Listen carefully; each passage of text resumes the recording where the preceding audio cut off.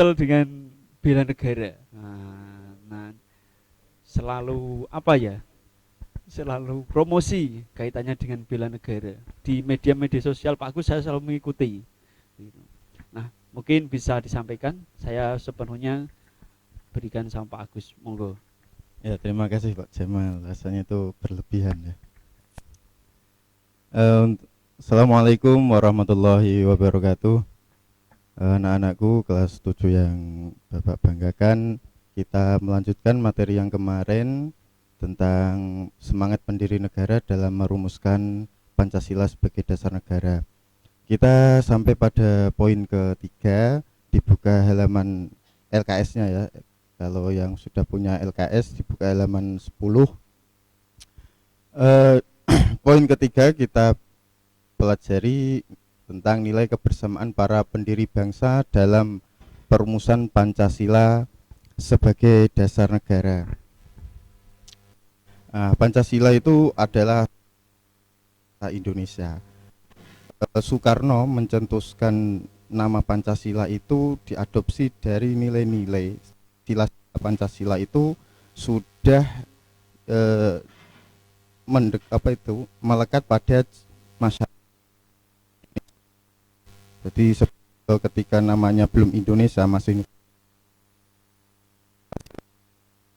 sudah setiap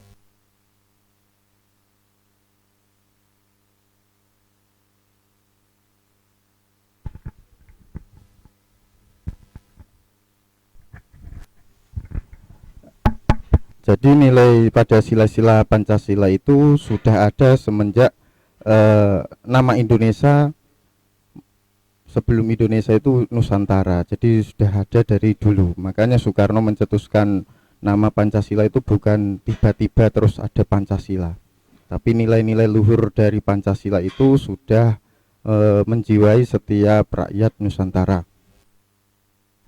Adapun nilai-nilai kebersamaan para pendiri negara, pendiri bangsa dalam perumusan Pancasila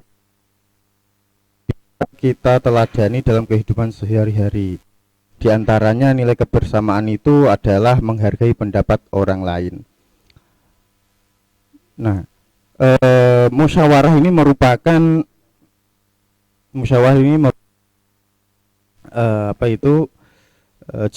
jiwa masyarakat Indonesia. Biasanya orang Indonesia menyelesaikan sesuatu itu bisa dengan musyawarah.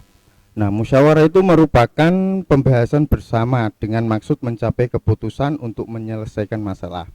Misalnya kalau ada masalah ini bisa diselesaikan dengan jalan tengah atau dengan musyawarah. Ciri-ciri musyawarah itu antara lain mengutamakan kepentingan bersama. Yang kedua, tujuan yang diharapkan untuk kebaikan bersama. Saya ambil contoh ketika sila pada Pancasila.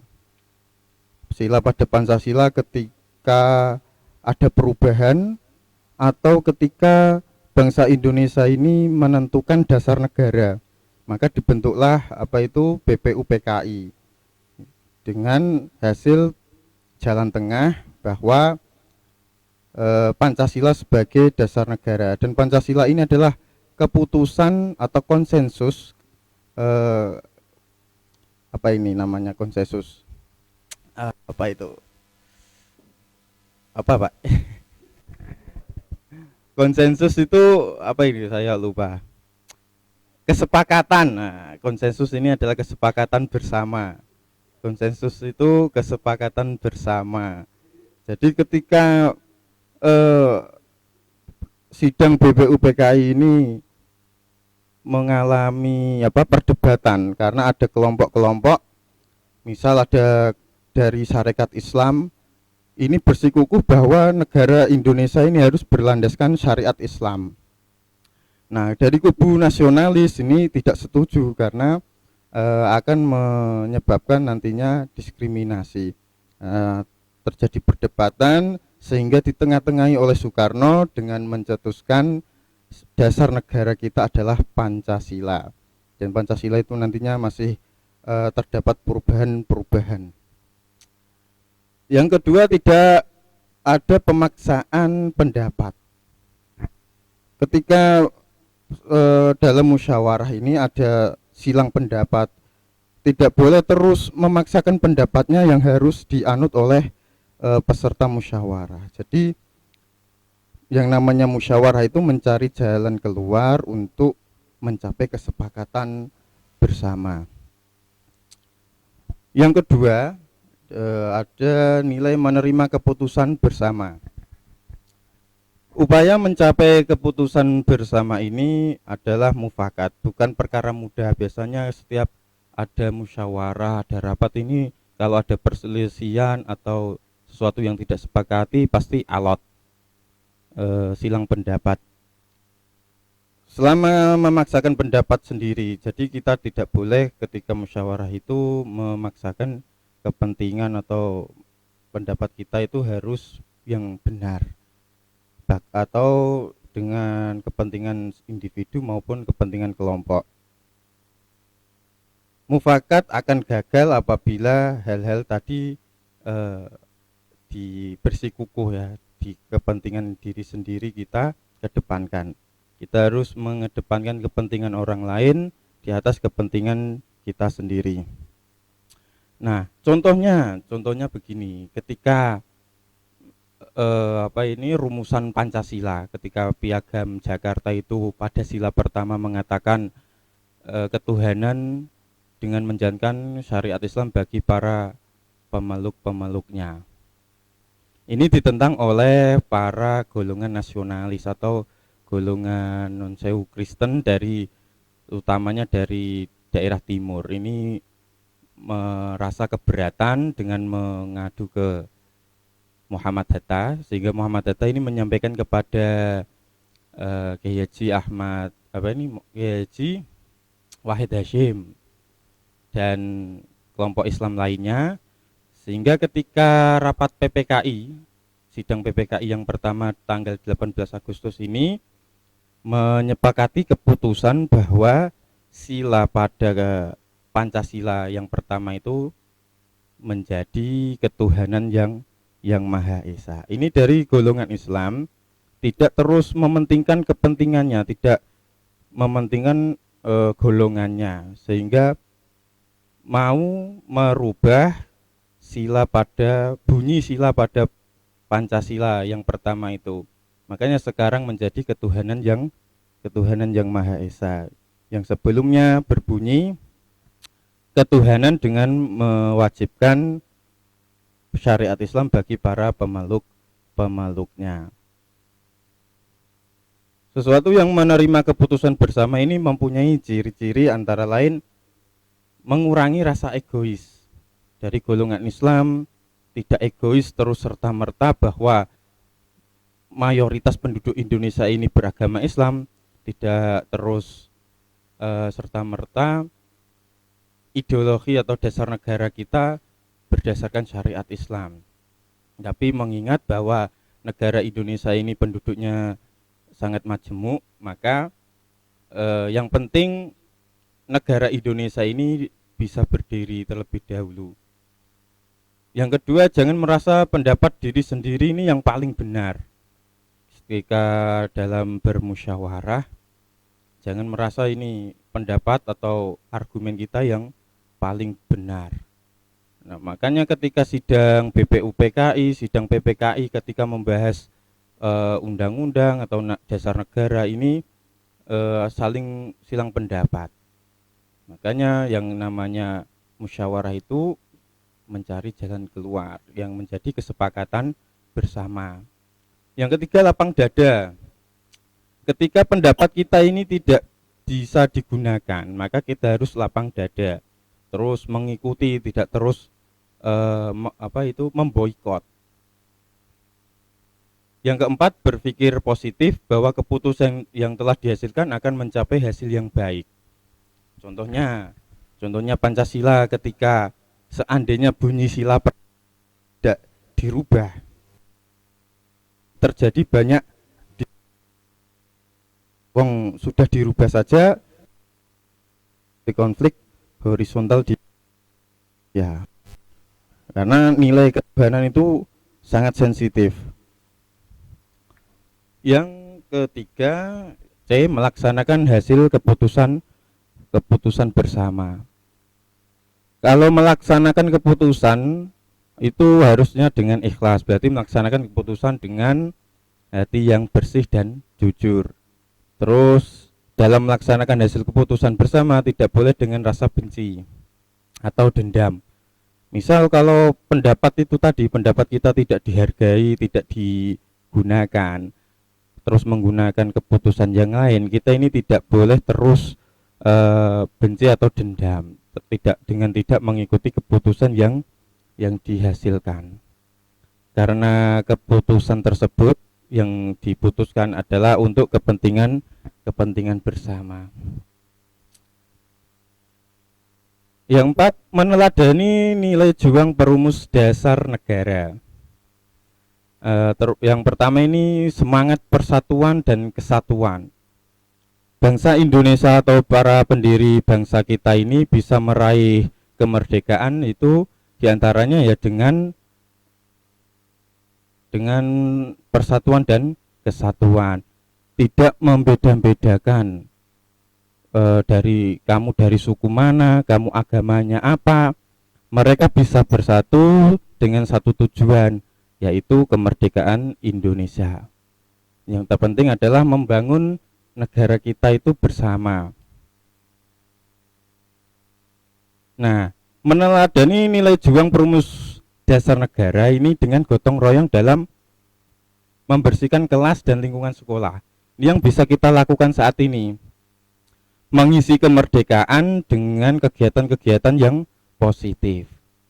Terus bukan sudah merdeka, sudah, tapi kita melanjutkan kemerdekaan itu dengan melakukan kegiatan-kegiatan yang positif, sekolah dengan sungguh-sungguh agar pintar. Yang kedua, tidak membeda-bedakan teman dalam pergaulan. Apalagi begini, di madrasah kita ini banyak tidak dari satu wilayah tapi berbagai wilayah di Indonesia, pasti mempunyai karakter yang beda-beda. Ada yang dari suku Jawa, suku Sunda dan lain sebagainya. Ini pasti karakternya berbeda-beda. Nah, dalam pergaulan ini kita tidak boleh membeda-bedakan teman, asal pergaulan itu yang positif, tidak negatif. Yang ketiga, tidak menonjolkan perbedaan, melainkan mencari kesamaan. Contohnya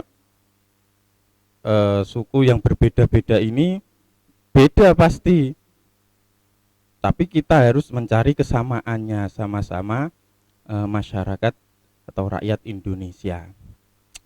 Contohnya juga dulu ketika para pahlawan kita ini tidak terus menonjolkan perbedaan.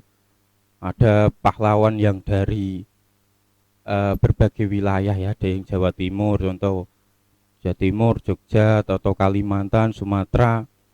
Ini pasti beda-beda, tapi mereka mempunyai kesamaan, yakni apa? Untuk meraih kemerdekaan Indonesia. Makanya mereka itu bisa bersatu. Kuatnya sebuah negara itu adanya semangat persatuan dan kesatuan. Yang kedua, memperjuangkan hak asasi manusia. Nah, hak asasi manusia ini dari dulu selalu menjadi perhatian utama dalam segala bidang. Di antara Pancasila itu dirumuskan sebagai sumber hak asasi manusia. Jadi kalau kita berpedoman untuk menjalankan kehidupan berbangsa dan bernegara atau kehidupan sehari-hari, itu bisa dengan menjadikan Pancasila sebagai pedoman hidup. Artinya bahwa hak asasi manusia itu mendapat jaminan kuat dari Pancasila sebagai pandangan hidup. Yang pertama, tidak memaksakan kehendak kepada orang lain. Kita tidak boleh memaksa kehendak kita kepada orang lain untuk mengikuti kita. Contoh begini, dalam sebuah misal desa, di sebuah desa itu terdapat mayoritas ini umat Islam, contohnya ya, mayoritas. Terus ada satu orang yang non muslim, terus harus dipaksa untuk mengikuti mereka. Di sebuah desa ini harus 100% orang muslim. Nah, itu namanya memaksakan kehendak kepada orang lain. Atau ketika musyawarah kita punya argumen yang sangat kuat, terus orang lain harus mengikuti kehendakmu. Nah, itu namanya memaksakan kehendak. Yang kedua, memberi kesempatan orang lain untuk menyampaikan pendapatnya. Orang lain juga berhak, ya, apalagi negara kita adalah negara demokrasi. Setiap orang itu dijamin atas undang-undang untuk punya kebebasan menyuarakan pendapatnya. Jadi tidak dibungkam. Yang ketiga adalah cinta tanah air. Penting ya. Adapun cinta tanah air yang harus kita teladani dalam kehidupan sehari-hari antara lain menjaga nama baik tanah air Indonesia. Bagaimana cara menjaga nama baik tanah air Indonesia? Nah, kalian adalah generasi-generasi muda, jangan sampai nantinya itu salah jalan dengan membuat nama Indonesia ini tercoreng. Misal ya, mudah-mudahan ya jangan sampai. Misal kalian nanti salah jalan terus menjadi teroris, contoh, kan ada ya, yang sudah terjadi kan ada. Ya, ini menjadikan nama Indonesia ini menjadi buruk, bahwa banyak gerakan-gerakan separatis transnasional ya. Bukan hanya di Indonesia, tapi mereka ini menjadi pasukan-pasukan gerakan radikal ke seluruh dunia ada. Yang kedua, menciptakan kerukunan antar umat beragama, toleransi. Meskipun kita ini berbeda golongan, berbeda agama, tapi kita harus bisa menciptakan sebuah keharmonisan antar sama warga negara, kerukunan. Itu namanya toleransi. Menghargai, menghormati keyakinan mereka, tidak terus mengolok-olok atau menghina. Yang ketiga, mempelajari kebudayaan daerah. Budaya-budaya yang sudah ada di daerah kalian, misal ada yang di pesisir ini ada tradisi sedekah laut, yaitu dilestarikan. Ada sedekah bumi, itu dilestarikan. Yang keempat, berprestasi dalam kegiatan yang mengharumkan nama baik bangsa. Misal kalian ini jadi seorang atlet badminton, atlet sepak bola, ketika sudah nama kalian sudah mendunia, ini menjadi prestasi atau mengharumkan nama bangsa kita. Jiwa kepahlawanan yang keempat. Jiwa pahlawan ini rela berkorban tanpa pamrih dalam mewujudkan Indonesia yang merdeka. Ketika Soekarno diasingkan, ini rela berkorban. Atau ketika Jenderal Sudirman ini bergerilya melawan pasukan sekutu, gerilya dengan mengorbankan harta benda. Soekarno rela diasingkan, dibuang di Bengkulu dan di ND ya, Flores sana. Nah, diantaranya jiwa kepahlawanan para tokoh yang bisa kita teladani, ya ini membantu orang lain yang sedang mengalami kesusahan. Temanmu ketika mengalami kesusahan, maka dibantu, tidak terus dibully ya, dihina. Yang kedua, berani menegur teman yang berbuat tidak baik. Misal ada temanmu yang salah, berani menegur dengan baik, jangan terus contohnya istilahnya amar ma'ruf itu bil ma'ruf ya. Nah, jangan amar ma'ruf bil mungkar ya. Nah, itu Pak penjelasan dari saya. Ini ada ringkasannya secara mudah. Toleransi adalah di mana terdapat beragam agama, suku, budaya, dan bahasa menjadi satu, yang kita sebut Indonesia. Jadi seorang warga negara, jika mereka itu bisa bertoleransi, maka Indonesia ini akan kuat, tidak ada ketimpangan atau diskriminasi. Itu sekian anak-anak yang bisa Bapak sampaikan, nanti kita akan lanjut di bab yang kedua minggu depan.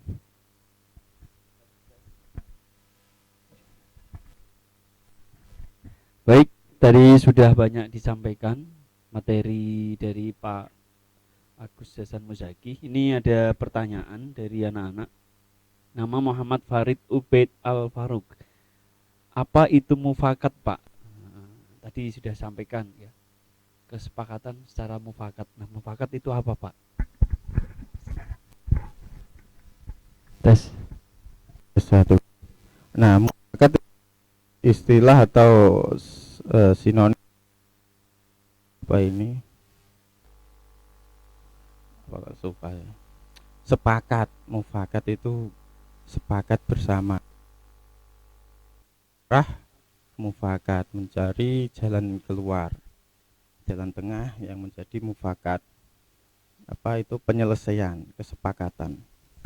Gitu, Pak. Ya. Penyelesaian yang disepakati secara bersama-sama. Itu namanya mufakat ya, Pak. Ya. Nah, itu anak-anak. Ada yang lain? Sudah ya. Jadi banyak sekali tadi kaitannya dengan pemaparan. Nah, ini waktunya sudah kami cukupkan untuk kita beralih ke mata pelajaran bahasa Indonesia. Pak Agus Hasan Muzaki, saya terima kasih atas mata pelajaran atau pembelajaran pada pagi hari ini atau materi yang disampaikan kepada anak-anak. Mudah-mudahan anak-anak mudah dalam memahaminya. Ya. Sudah? Ya, kiranya itu ya. Nanti kita ketemu lagi. Terima kasih Pak Agus. Ya, terima kasih Pak Jamal. Ya, untuk selanjutnya materi kita adalah pelajarannya adalah pelajaran bahasa Indonesia yang akan disampaikan oleh Bapak Ahmad Yasin SPD.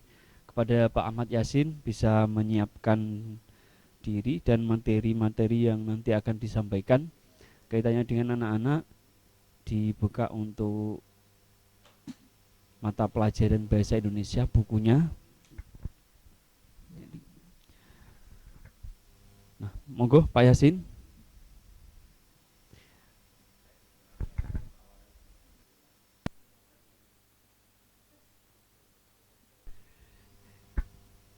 Ya, kaitannya dengan bahasa Indonesia perlu pencermatan dan juga perlu pemahaman yang sangat detail. Untuk itu anak-anak, ini saya mau lihat